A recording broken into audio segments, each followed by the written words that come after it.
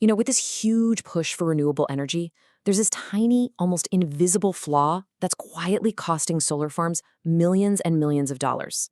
And it's not what you think. It's not about cloudy days or dusty panels.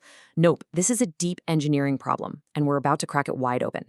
All right, let's just start with a number that ought to get your attention. $5,720. That's how much revenue is lost, on average, every single year for every single megawatt of power at U.S. solar farms, all because of equipment just not performing like it should, and that adds up fast. And get this, it's not like this problem is just sitting still.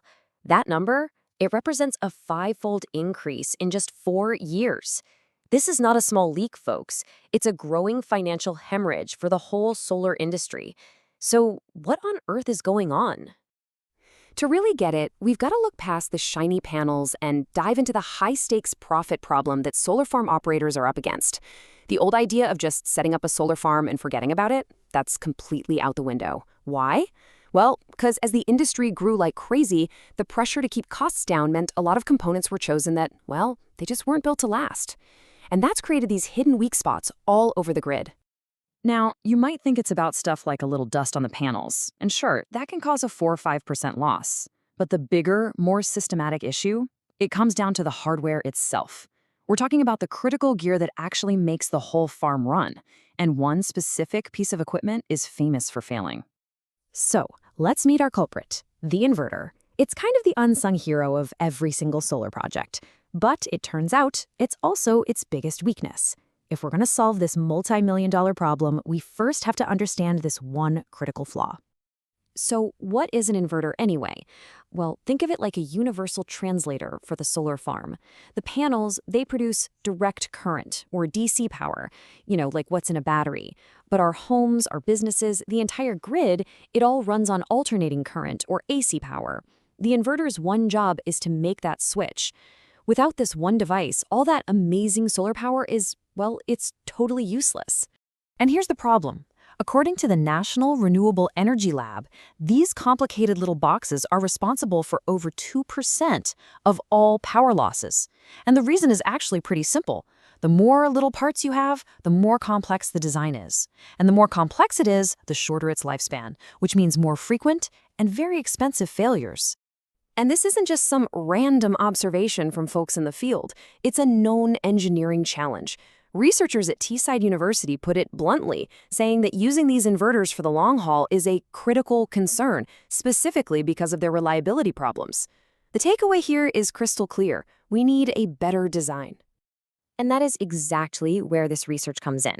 Instead of just trying to patch the problem, the idea is to fundamentally redesign the power converter from the ground up. So let's see how they went about building a better inverter. The key here is a word you're going to see a lot in this research: topology. It sounds super complex, right? But all it really means is the basic layout or the circuit design of the inverter. The engineers aren't just swapping out a faulty part. They're literally rewriting the entire blueprint. Okay, take a look at this. You can really see the difference.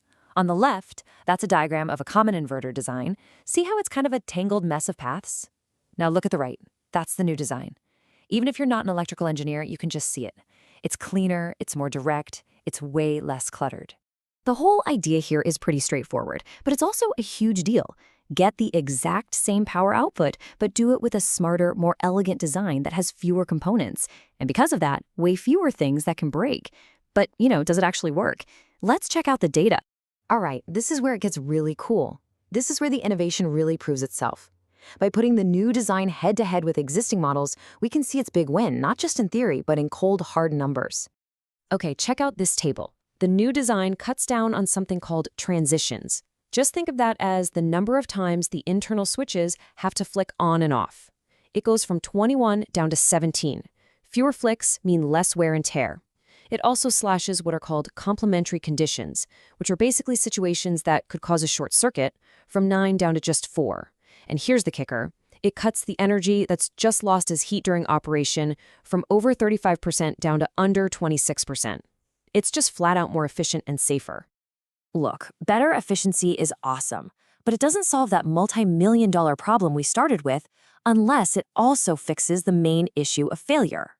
When it comes down to it, the single most important metric is and always will be reliability.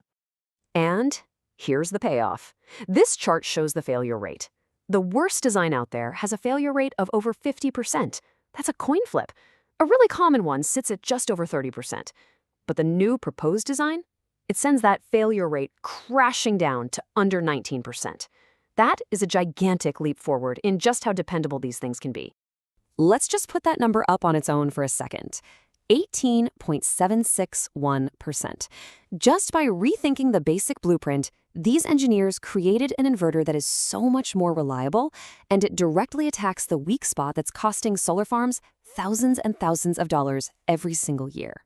So let's zoom back out for a second. We've gone super deep into the weeds of engineering here, but it's so important to connect this tiny little fix to the huge impact it can have on our entire energy system. What this research really shows us is a clear 4-step path forward, right? First, you find a really costly system-wide weakness, in this case, the inverter failures. Then you innovate at the most basic level, the component's actual design. That leads to a massive improvement in reliability, which, in the end, protects the entire financial investment in clean energy. And that is the real story here. It's not just about one cool invention. It's about how careful, thoughtful, deep engineering can solve enormous real-world problems. It stops millions of dollars from just vanishing into thin air. And even more importantly, it makes our switch to renewable energy stronger and way more dependable for all of us. It kind of leaves you with a final thought, doesn't it? We've seen how a smarter inverter can totally change the game. So what other invisible, kind of unglamorous parts are out there, just waiting for a brilliant redesign to become the next silent heroes of our energy future?